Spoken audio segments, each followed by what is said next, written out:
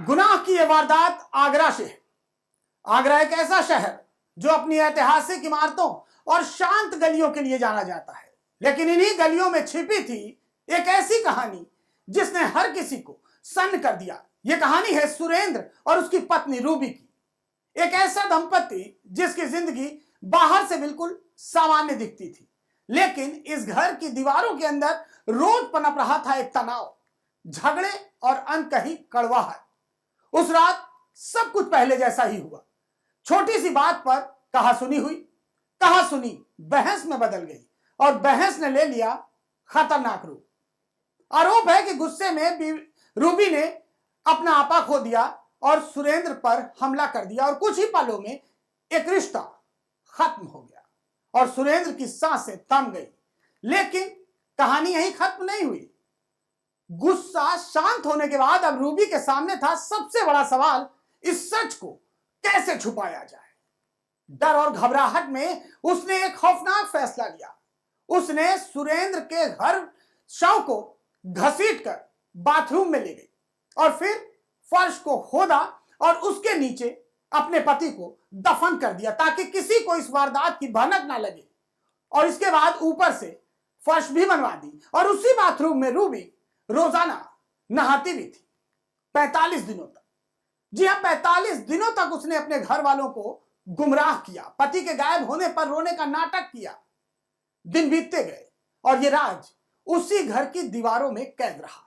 Ruby सामान्य जिंदगी जीने का दिखावा करती रही, लेकिन सच धीरे धीरे बाहर आने का रास्ता तलाश रहा था। करीब 45 दिन बाद इस खौफनाक राज से पर्दा उठना शुरू हुआ। सुरेंद्र आखिर कहां चला गया? उसकी कोई खबर क्यों नहीं मिल रही है? परिवार और पड़ोसियों को शक होना शुरू हो गया। महिला के जेठ को उसके व्यवहार से पहले ही शक हो गया था। उसने रूबी से कहा कि अगर कोई परेशानी हो तो वो बता दे, वो उसका साथ देगी। इसके बाद रूबी ने अपना जुर्म कबूल कर लिया। जेठ ने पुलिस को इस पूरी वारदात की सूचना दी और जब पुलिस मौके पर पहुंची तो शुरू में सब कुछ सामान्य लगा, लेकिन जैसे ही बाथरूम की फर्श तोड़ी गई, वहां का मंजर देखकर हर कोई सन्न रह गया। फर्श के नीचे दफन था सुरेंद्र का शव, जो रूबी का पति था, और उसके साथ दफन था एक रिश्ते का खौफनाक अंत। पुलिस ने रूबी को हिरासत में ले लिया, उससे पूछताछ शुरू की तो पहले तो वो इधर उधर की बातें बताती रही, लेकिन पुलिस की सख्ती के आगे वो ज्यादा देर नहीं टिक सकी और आखिरकार उसने अपना जुर्म कबूल कर लिया।